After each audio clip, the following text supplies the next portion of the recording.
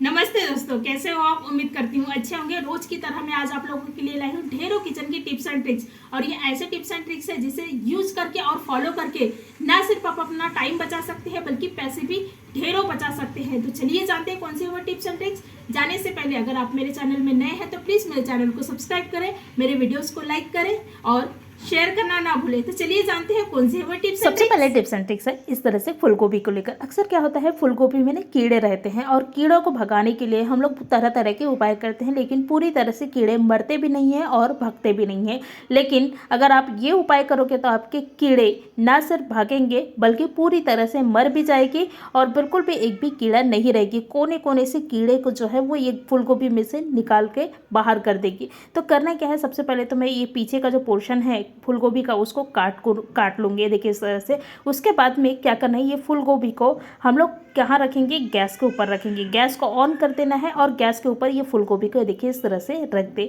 तो जितने भी कीड़े हैं फूल गोभी के अंदर में, गरम के वजह से क्या होगी, कीड़े जो है वो पूरी मरेगी, निकलेगी और पूरे मतलब मैं आपको बता नहीं सकती इससे जो रिज़ल्ट मुझे मिला है उससे मैं काफ़ी खुश हुई हूँ। क्योंकि देखिए आप देख रहे हैं यदि कीड़े कितनी आसानी से निकल रहे हैं, बहुत ही आसानी से निकलते हैं कीड़े। इस तरह से फूल गोभी को आप गरम करोगे तो जैसे जैसे गरम करोगे, जैसे जैसे जलेगी फूल गोभी, वैसे वैसे कीड़े जो है वो पूरी ख़त्म होगी। तो मैंने गैस को बंद कर दी हूँ और आप देख रहे हैं मेरे फूल गोभी में से कीड़े ऑलमोस्ट सभी ख़त्म हो गए हैं।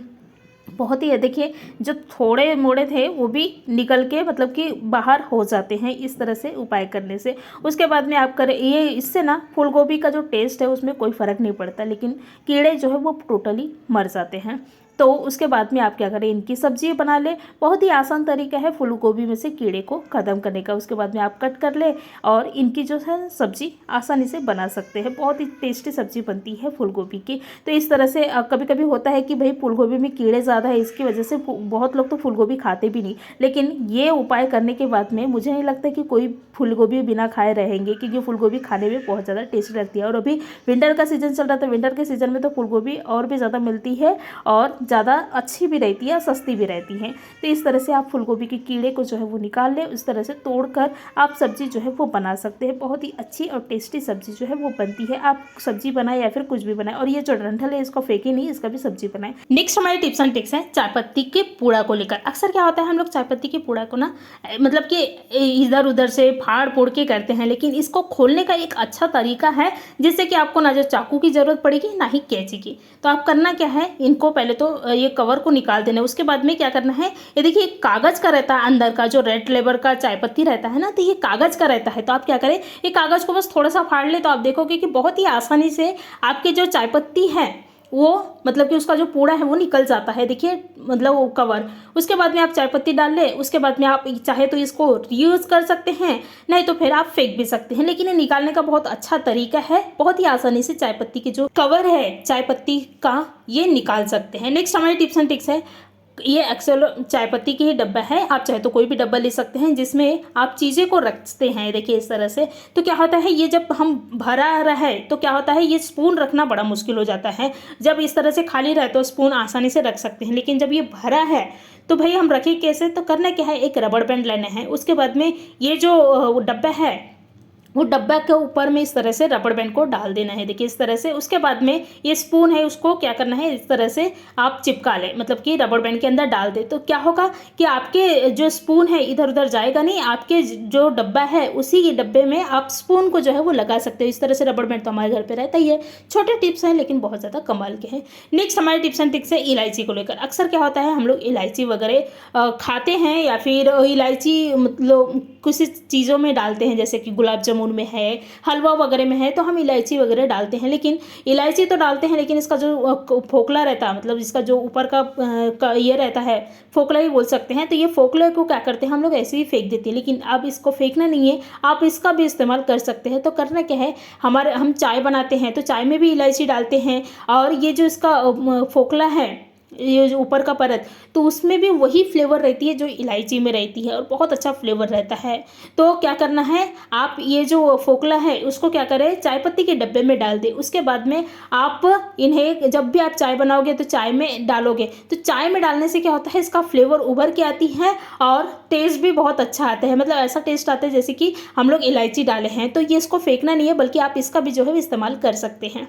नेक्स्ट हमारे टिप्स एंड ट्रिक्स है लहसुन के लेकर। अक्सर हम लहसुन छीलते हैं, कभी कभी ज़्यादा क्वांटिटी में लहसुन छीलना पड़ता है। तो क्या होता है कि लहसुन ना हमको मतलब हमारे हाथ में दर्द होती है, हमारे अंगूठे जो है वो छिल जाते हैं, क्योंकि कभी कभी ज़्यादा क्वांटिटी में लहसुन छीलना पड़ता है। तो ये चीज़ें ना हो इसलिए आप क्या कर सकते हैं, लहसुन को इस तरह से अगर आप छीलोगे तो बहुत ही कम समय लगेगी आपको लहसुन को छीलने में, और बहुत ही कम समय में ज़्यादा लहसुन छील सकते हैं और आपके हाथ में भी दर्द नहीं होगी। तो करना क्या है, लहसुन को पहले इस तरह से कट कर लेना है चाकू की सहायता से। देखिए इस तरह से कट कर ले।